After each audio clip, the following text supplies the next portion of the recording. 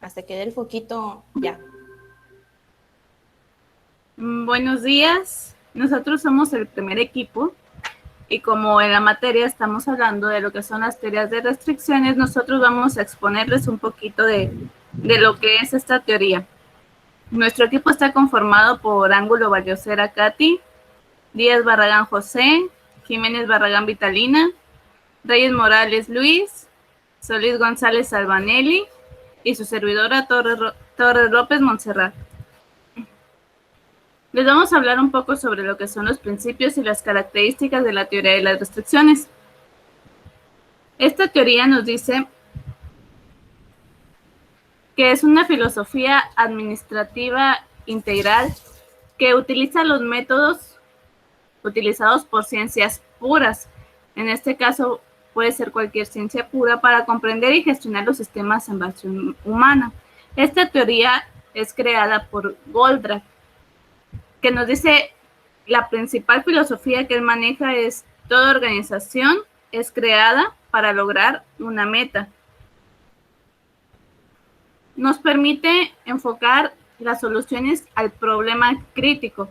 Esta teoría nos permite identificar en qué parte está la restricción de nuestra empresa, en qué parte está fallando nuestro proceso, para así nosotros poder enfocar la solución a ese problema. Como lo vemos en la imagen, lo tenemos que identificar. Aquí no lo marca en color rojo. ¿Por qué? Porque es como una deficiencia de tu empresa. Las restricciones pueden ser un individuo, un equipo, una pieza, una política o la ausencia de alguna herramienta o pieza de algún aparato. Si yo en mi empresa estoy viendo una deficiencia, que en mi proceso los que están fallando es un personal o una persona de mi recurso humano, ya sea por enfermedad o por falta de capacitación, es a donde yo tengo que enfocar mi problema. Si es mi equipo, mi máquina donde yo estoy produciendo, entonces mi solución debe estar enfocada a darle ese mantenimiento necesario a la máquina para yo poder seguir con mi proceso de producción. Lo mismo va hacia una pieza o aparato o hacia alguna herramienta que nos falte. Si mi restricción, mi cuello de botella, llamado así, se encuentra dentro de algún aparato de nuestra empresa, hay que enfocar la solución a conseguir rápido el arreglo de esta máquina. Nos dice que también puede ser una política local, o sea, una política de la empresa. Puede ser que yo encuentre una solución, pero mi restricción nos lleva a otra, que es una restricción política que nos dice que la solución que yo propuse tiene la empresa una cláusula que no me permite hacer esa solución. Entonces ahí es otra restricción que como empresa se debe resolver. La teoría de las restricciones comprende todo un conjunto de conocimientos y un conjunto de herramientas. No es simplemente ver la restricción y poner la solución, no, lleva todo un proceso, todo un pensamiento lógico y implementar toda una estrategia. Dentro de las herramientas que podemos aplicar a esta teoría, nos marca lo que es el árbol de la realidad actual. Nos dice que este analiza la red de relaciones causa y efecto. A toda causa una reacción, podrían decir así. Nos dice que este árbol de la realidad nos dispone en forma de cadena las causas y efectos que nos puede traer la solución que nosotros queremos implementar, y así nos hace también encontrar el problema de raíz.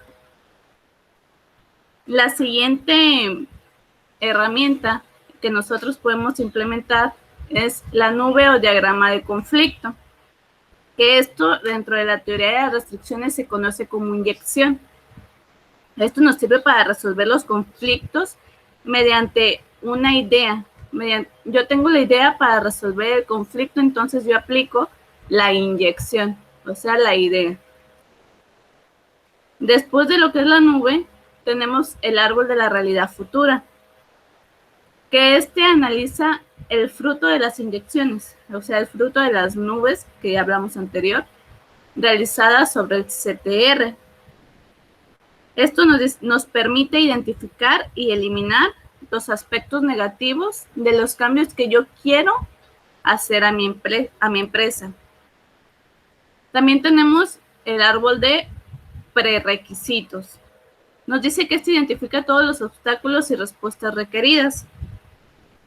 Esto nos ayuda a solucionar y conseguir la inyección buscada. Yo ya tengo la idea, pero tengo que encontrar bien la inyección que me va a ayudar a solucionar mi restricción. De ahí brincamos a lo que es el árbol de transición, que nos dice que este identifica y establece la secuencia de las acciones. Estas son las acciones que yo quiero realizar para lograr mi determinado objetivo, en este caso que es eliminar nuestra restricción. Y el árbol de estrategia táctica. Este es el plan que llevará al éxito de la implantación a través de la mejora continua. A través de la mejora continua nos quiere decir que la empresa siempre va a tener restricciones que nosotros vamos a tener que resolver. Entonces ahí siempre vamos a tener que tener ese pensamiento para implementar las estrategias y las tácticas y ver si estas nos van a funcionar o no. Y aquí todo el proceso de las herramientas ya mencionadas. El árbol de realidad presente nos lleva a lo que es la evaporación de la nube. Esta evaporación de nube nos puede llevar al árbol de realidad futura. Del árbol de realidad futura nosotros vamos a lo que es el árbol de prerequisitos. Y finalmente llegamos a lo que es el árbol de transición.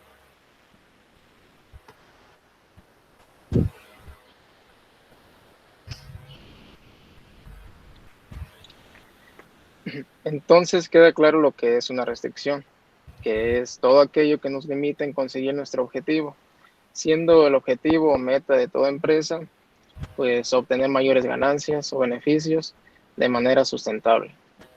Existen tres tipos de restricciones de manera general, que son las restricciones físicas, las restricciones de mercado y las restricciones de políticas. Las restricciones físicas son equipos, instalaciones o recursos humanos, entre otros, que evitan que el sistema cumpla con su meta. Las restricciones de mercado es cuando el impedimento está impuesto por la demanda de sus productos o servicios. Y las restricciones de políticas pues son todas las reglas que evitan que las empresas cumplan con su meta.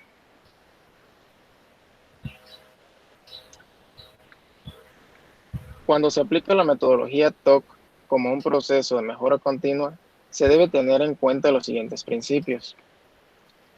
La capacidad de una planta no debe ser balanceada. Aquí el sistema se orienta hacia el balance del flujo, no de la capacidad. El siguiente principio dice que el nivel de utilización de un recurso que no es cuello de botella no está determinado por su propia capacidad, sino por algunas otras restricciones que en el sistema. Debido a esto se supone que son cuellos de botella, pero no. Sobre la base de otras restricciones del sistema es cuando es. El siguiente principio es mantener un recurso activo no significa que él mismo se esté aprovechando. Aquí hay que generar programas que maximicen la producción y minimicen los inventarios y los efectos imprevistos. El siguiente principio, el tiempo que se pierde en un cuello de botella es tiempo que se pierde en todo el sistema. Si de por sí un cuello de botella ya está generando una pérdida de tiempo en la producción, ahora si el tiempo que se invierte en arreglar ese cuello de botella, pues debe ser el mínimo, porque si ya está parada la producción y aún se invierte más tiempo del que se debería invertir en ese cuello de botella, pues mayor será lo que se va a tardar. El siguiente principio es el tiempo ahorrado en una operación que no es cuello de botella, no tiene ningún valor.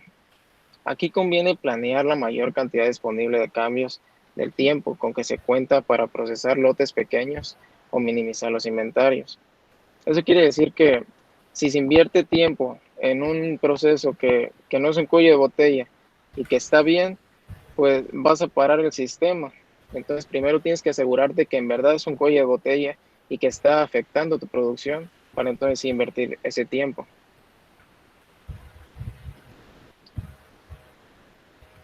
El siguiente principio es: los cuellos de botella gobiernan tanto la producción terminada como los inventarios. Aquí se deben usar inventarios de seguridad solamente para asegurar que se mantenga el nivel esperado de producción momentánea. Uh, el siguiente principio es: el lote de transferencia no tiene por qué ser igual al lote de producción. Aquí se debe como subdividir el lote de producción en lote de transferencia. Eso permite mejorar la fluidez de toda la operación y la producción pues se va a maximizar.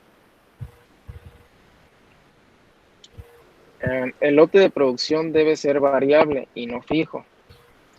La programación debe ser realizada considerando todas las limitaciones del sistema simultáneamente. Existen 4 principios o fundamentos de TOC actualmente. El primero es la simplicidad inherente. Este principio proviene de la ciencia, que nos dice que mientras más complejo es un sistema, más grande es su simplicidad inherente. Es la creencia de que siempre podemos encontrar una manera simple de entender nuestra realidad. El siguiente principio es que los conflictos siempre pueden ser resueltos. Este está enlazado con este anterior, que ese principio da a entender que los conflictos, aunque parezcan imposibles de arreglar, siempre habrá una manera de resolverlo, si se estudia el problema a fondo. El tercero, las personas son buenas. Este principio se basa en que todas las personas actúan de una manera porque siempre existe una buena explicación o razones que nos permiten entender las motivaciones que llevan a una persona a cometer una, ya sea buena o mala decisión. Entonces, antes de juzgar a las personas por un mal que hayan cometido, pues antes hay que ver lo que sucedió para después, pues entonces sí, juzgar. El cuarto principio dice que toda situación puede ser mejorada. Mientras mejor es el resultado o desempeño actual de una organización, más grande puede ser el próximo salto para mejorar en el desempeño de la organización.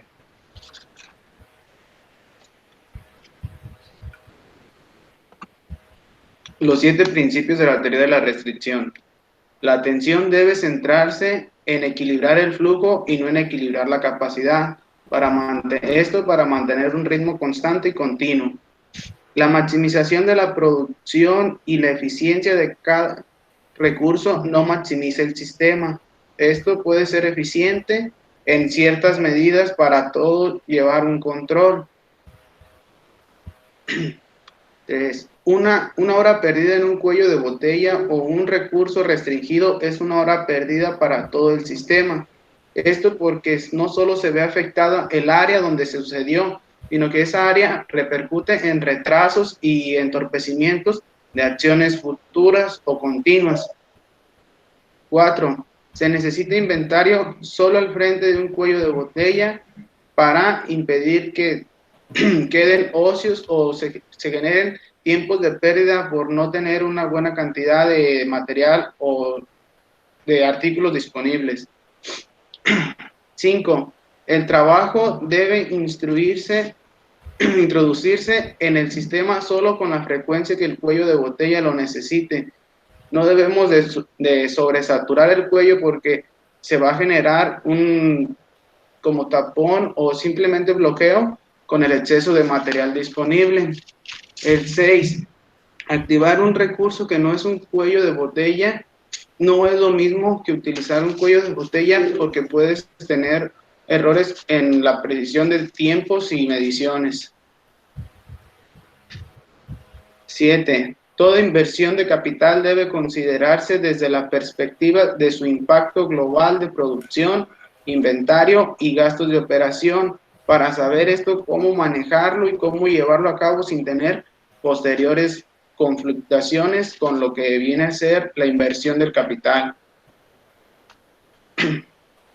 Características de la teoría. La número 1 es el enfoque semántico.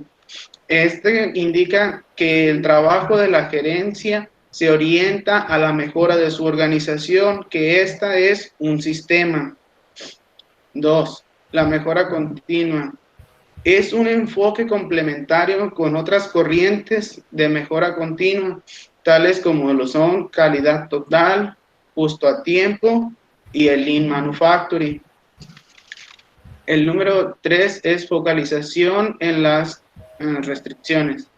Todas las organizaciones enfrentan restricciones que impiden que crezcan de manera continua e indefinidamente. Número es el 4. Enfoque y apalancamiento. Para la teoría, lo más importante es el enfoque, que hace hacer lo que hay que hacer en contraposición a la tendencia natural de abordar simultáneamente todos los frentes de mejora. Número 5. Dar relevancia a los flujos. Los sistemas incluyen flujos de materiales y de información, y ambos flujos deben de trabajar de manera continua para llevar una buena corriente de información y de materiales. Busca la estabilidad y la armonía. La teoría, además de proporcionar un rápido crecimiento, se preocupa con igual énfasis en la estabilidad y armonía, pues esto se trata de la estabilidad de los procesos y continuidad de las operaciones. El número 7, un nuevo paradigma. Los paradigmas son modelos que nos permiten ver y comprender al mundo, organizar la información que obtenemos y diseñando formas nuevas para intervenir o mejorar. Los beneficios. Se logra una mayor y mejor y precisa rentabilidad, aumentando los niveles de operación. Baja los tiempos. En tiempos se refiere a tiempos de procesamiento, de espera, de terminado y entrega de producción.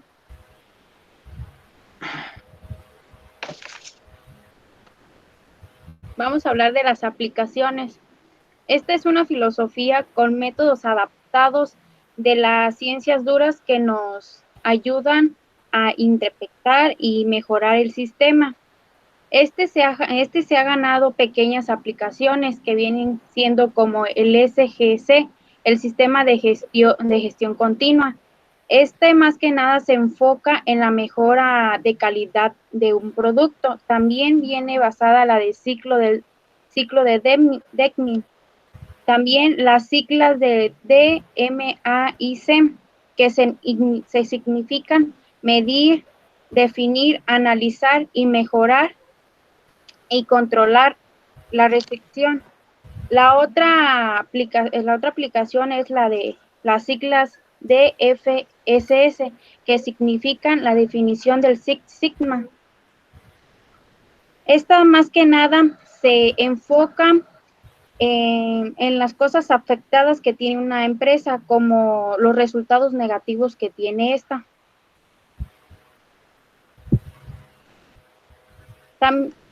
También esta metodología consiste en identificar las restricciones o limitaciones que tiene el sistema.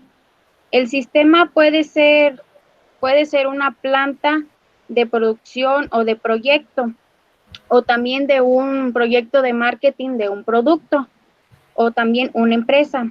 Y para esto consisten sus etapas. La primera es identificar las restricciones del sistema.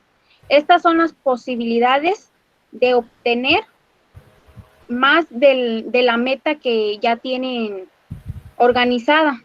La siguiente es decidir cómo explotarla. Esta es buscar las normas o maneras de lograr el máximo de esta restricción. También está la de subordinar toda otra decisión a la anterior. Esta es para elevar la restricción ya planeada.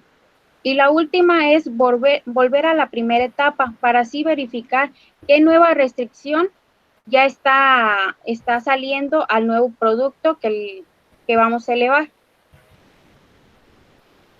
También existen las restricciones. Una de ellas es la física y la otra es política. La física, esta nos ayuda a explotar el máximo de la capacidad de un sistema. Y la política, esta es cuando la compañía no está adaptando prácticas o procedimientos o también formas de operaciones que son todo lo contrario. También existe una que es la restricción de mercado. Esta es el impedimento que está opuesto a la demanda de sus productos o servicios.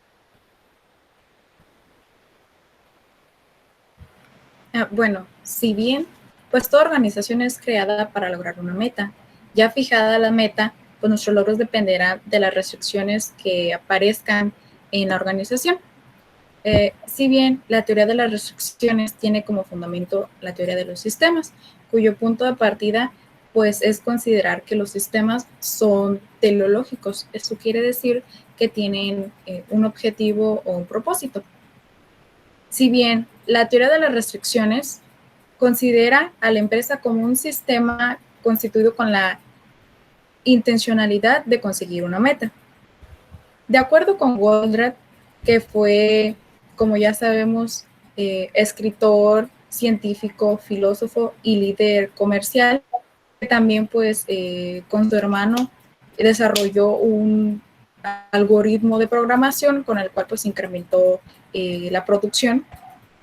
De acuerdo con él, nos dice que la meta de cualquier sistema comercial o de servicios pues es ganar dinero en el como también garantizar su continuidad en el futuro. Goldratt nos destaca la importancia de este tipo de meta en el sistema empresarial porque, pues, gracias a su declaración donde nos mostró que el primer paso pues era reconocer que el sistema fue constituido para un propósito y no que se constituyen pues instituciones sin ningún fin. La meta eficacia empresarial. Si bien el sistema empresa es eficaz en la medida que sus objetivos pues se van cumpliendo a como fue creado. La teoría de restricciones en excelencia empresarial tiene solo una única medida global, la cual pues es la utilidad continua a través del tiempo. Nos dice también que el presupuesto de continuidad se alcanza cuando se tiene una utilidad durante largos periodos. Claro que si una empresa pues tiene una utilidad negativa continua, se dice que su presupuesto pues deja de existir, por lo tanto la empresa pues no es de gran utilidad. Una de las cosas importantes es tomar en cuenta también otros métodos como lo son el HIT por sus siglas en inglés o Just in Time o justo a tiempo en español, lo cual pues nos decía que era enfatizar a que no hagas lo que no sea necesario. Y por otro lado, también importante, el TQM o Total Quality Management, que es pues la calidad total, donde nos decía que no es suficiente hacer correctamente las cosas, sino hacer las cosas correctas. Las medidas globales en función de la meta de la empresa. Pues aquí vamos a hacer mención de algunas medidas operacionales de la empresa, lo cuales son solamente 6. La número 1, pues nos dice que las medidas de desempeño local deben expresar el significado de la meta. Esto es que, pues siempre cualquier medida que vayas a desempeñar, siempre se tiene que tomar en cuenta el propósito de la empresa. La número 2, las medidas deben permitir a los administradores de áreas y departamentos conocer el impacto de su gestión sobre el resultado global. Esto es que, pues, dependiendo de las medidas que tú tomes, tienes que dejar ver a los encargados de las áreas si en realidad les van a impactar y qué tanto los van a impactar tanto a ellos como a la empresa. La número 3. Las medidas de desempeño pues deben expresarse desde el punto de vista financiero. Cualquier medida que se tome tiene que pasar por el punto de vista de los recursos financieros de la empresa. La número 4, el control debe estar orientado hacia la identificación de los desvíos que afectan el resultado. Esto es que, pues, el control de estas medidas debe de estar o debe de saber en lo que te está fallando. La número 5 nos dice que los desvíos ocurren de dos formas. 1, haciendo lo que no debería ser hecho, y 2, no hacer lo que sí se debió de haber hecho. La 6, y por última, nos dice que cualquiera que sea la situación en la que se encuentre, el único responsable, pues, por el desempeño es el gestor del proceso. Esto quiere decir que sea cual sea, pues, la situación en la que se encuentra la empresa, al único al que va a caer peso va a ser al encargado, al encargado, pues, del proceso de la empresa. Para comprender un poco más todas las características, los fundamentos y principios mencionados en esta exposición, vamos a ver cómo se aplican en ejemplos que pueden ser tanto empresas de servicios, de bancos o empresas de producción. Bueno, el concepto fundamental en que descansa la teoría de restricciones es que toda la planificación hacia la generación de un producto o servicio consiste básicamente en una serie de procesos que se encuentran vinculados. Bien, esta teoría trata a la empresa como un sistema. Entonces, todas sus áreas están interrelacionadas para lograr un fin. Pero cada proceso o cada parte de este sistema tiene una capacidad específica para generar una producción determinada por operación. Y en casi todos los casos va a existir un proceso en el cual se va a limitar o restringir el rendimiento total de la operación. Siempre, en cada empresa siempre va a existir esa parte, ese proceso o esa operación que va a restringir la capacidad general de operación completa de la empresa.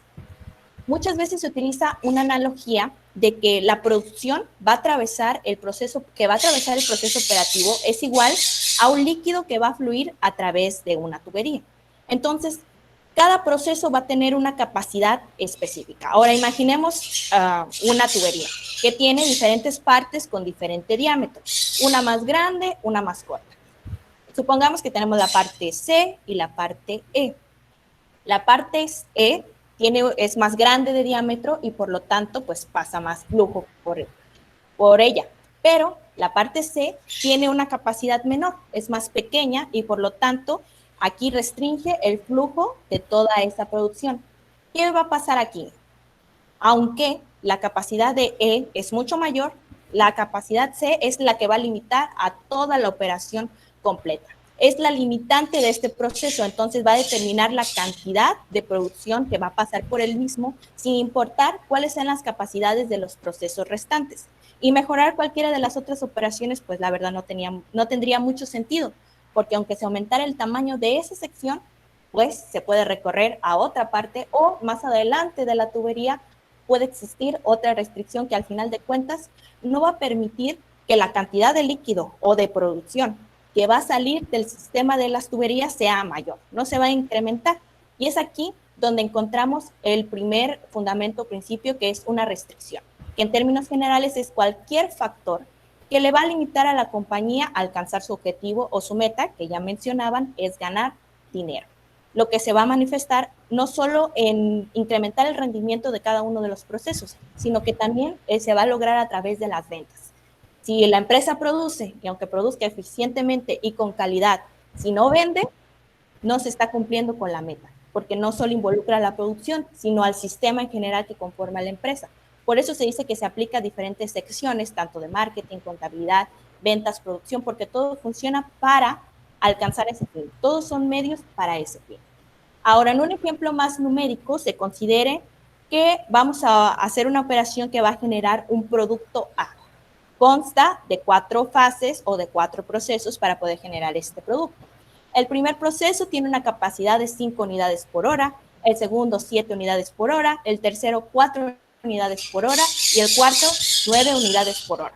Se puede decir entonces que el cuello de botella se encuentra precisamente en lo que es el proceso 3. El proceso 3 es la limitante de este sistema cuya capacidad es solamente de 4 unidades por hora. Y sin importar qué tan eficientes sean tanto el proceso 5 como el proceso 7, todas se van a tener que subordinar a la capacidad del paso 4 a menos que se aborde la restricción del proceso 3, que sería incrementar su capacidad, pero puede ser que haya restricciones tanto de tipo políticas como externas que no le van a permitir a la empresa cambiar, por ejemplo, la maquinaria si es el caso. Entonces, de todas maneras, se tendría que subordinar el resto del sistema o el resto de los procesos para poder llevar a cabo un incremento en la eficiencia y así romper esa restricción. Si se diera el caso que todos los procesos, por ejemplo, reciban algún tipo de mejora, no les serviría de nada si no se aborda esa restricción, porque se incrementa 1 y 2. Sí, pero estos van a producir, pero el cuello de botella sigue ahí, sigue presente y hay que abordar esta restricción. Por eso es una de las cuestiones o los puntos claves que aborda la teoría de las restricciones. Dice, la medición principal de cualquier operación debe centrarse en el rendimiento total de la organización, no de una parte del proceso, no de un proceso. El rendimiento total de la organización, porque como se mencionaba, la organización en su sistema. Si no funciona una parte, no funciona todo el sistema. Cualquier otra medida que se haga para poder saber su rendimiento es inútil, ni de eficiencia de procesos o cualquier otro factor operacional. Solo tienen poca relevancia para saber cuál es la eficacia general del sistema completo. Ahora, pasando a un segundo ejemplo, ahora sí aplicado los 5 pasos de la teoría de las restricciones, vamos a aplicarlo al trámite de solicitudes de préstamos bancarios y aquí, en este enfoque, vamos a ver cómo esta teoría ayuda al trámite de solicitudes de préstamos bancarios, que en este caso el banco va a tener o tiene una gran variedad de solicitudes de préstamo porque pues tiene una gran variedad de préstamos para ofrecerle al público. Bueno, suponga que el banco es una institución que pertenece al sector privado y que su meta es ganar dinero ahora y ganar dinero en el futuro. El primer paso va a constar de identificar la restricción del sistema. Ahora ya se hizo el análisis y se identificó que la restricción es física, o sea, viene de los empleados, es interna, ya que los empleados que tramitan todas estas solicitudes son incapaces de cumplir con todas sus responsabilidades en tiempo y forma. Es decir, aunque hay una demanda actual muy grande de solicitud de préstamos, estos no logran terminar en un tiempo que les sea satisfactorio a los clientes. Una vez identificada esta restricción, el segundo paso es decidir cómo explotar la restricción del sistema. Aquí, en este caso, el gerente del departamento de préstamos va a medir el rendimiento de cada una de las horas de trabajo en cada uno de los tipos de solicitud de préstamo, que en este caso se manejan hipotecario, para automóvil y para las microempresas. Hay que identificar cuánto se van a tardar en cada una de estas solicitudes, cuáles les toman más tiempo, cuáles les toman menos tiempo.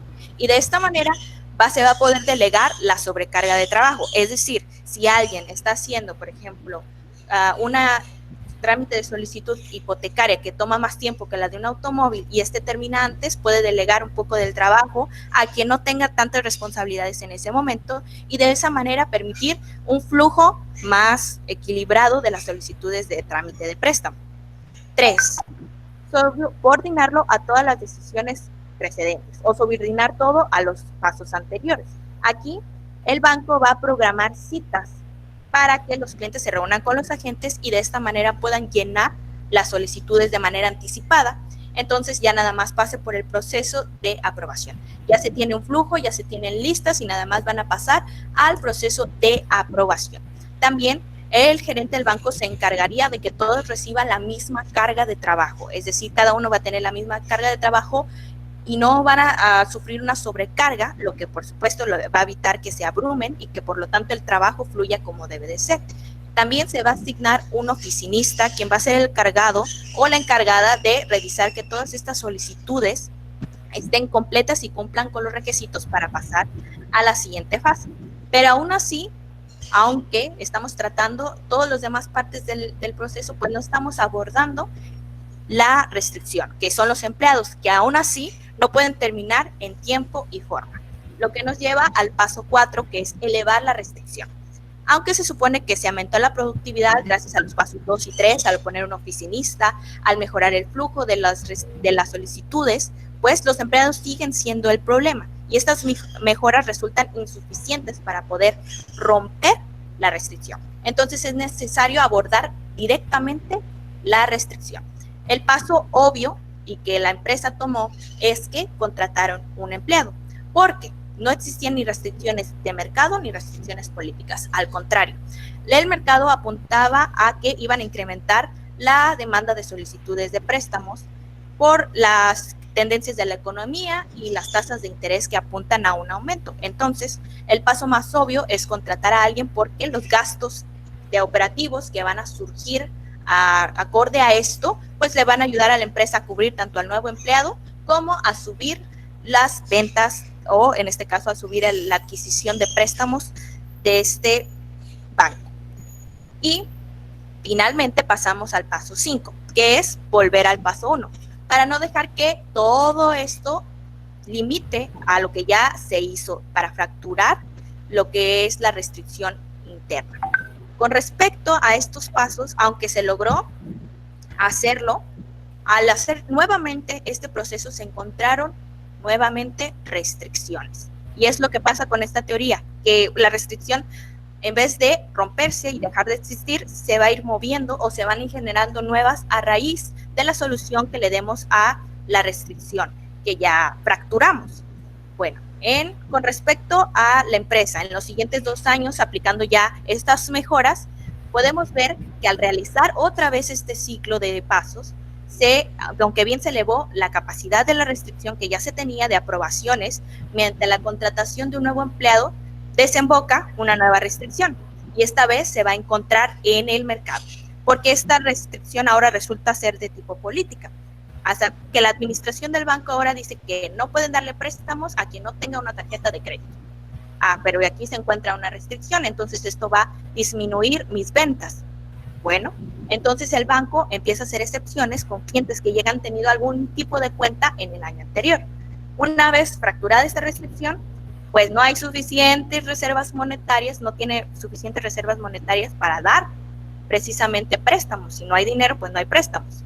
Entonces, esta es una nueva restricción dentro del sistema y se encuentra en la oferta del capital. Para abordar esta nueva restricción, vamos a suponer que el banco va a negociar fondos adicionales de un prestamista externo y ahora sí puede otorgar más préstamos de los que demandan los clientes. Se aumentó la demanda y se aumentó la capacidad para poder cubrir esa demanda. Pero aparece nuevamente otra restricción, que es en el mercado, porque la reserva de fondos es mayor que la demanda del mercado. Con algún esfuerzo, el equipo de marketing puede hacer alguna estrategia para poder decir, se crea un nuevo paquete de servicios o productos crediticios para poder atender a esas necesidades de los estudiantes de la universidad local que en ese momento necesitan apoyo. Ya se rompió otra restricción. Y para terminar con este ejemplo, otra restricción que se genera al aplicar nuevamente los pasos dice que la restricción regresa nuevamente a la tramitación de los préstamos del banco. ¿Por qué? Porque ahora se hizo a saber que la empresa produce o otorga nuevos productos crediticios a las universidades, lo cual aumenta la demanda, pero ya no se tiene suficiente capacidad otra vez. Entonces, los empleados y oficinistas ya no pueden tramitar las solicitudes con la suficiente rapidez para mantener el ritmo de la demanda. Ya se vuelve nuevamente al problema inicial. Pero ¿cuál es la solución ahora? Ya no es contratar a un nuevo empleado, porque ya se hizo y puede que ya no se permita por parte de la empresa o que ya no haya suficiente para cubrir los nuevos gastos operativos. Bueno, entonces la gerencia va a optar por comprar un nuevo paquete de software diseñado para que se pueda aumentar la transmisión o la tramitación de solicitudes de préstamo y que capacite a su personal de trámites y a los oficinistas asistentes para que lo puedan utilizar. Y de esta manera se rompe nuevamente la restricción. Pero se puede ver cómo todos estos fundamentos apuntan o todas estas restricciones apuntan a esos fundamentos y características que fueron mencionadas, ya que al hacer nuevamente todo este proceso y seguir analizando, estamos en una mejora continua. Seguimos mejorando, seguimos fracturando y que al final de cuentas las restricciones no se van a terminar, sino que se van a mover y van a surgir nuevas a partir de otras. Y esta es una característica principal de la teoría de las restricciones, la mejora continua, siempre mejorar y tratar de minimizar lo más posible los problemas que surgen a raíz de estas restricciones. Por nuestra parte, sería todo. Muchas gracias.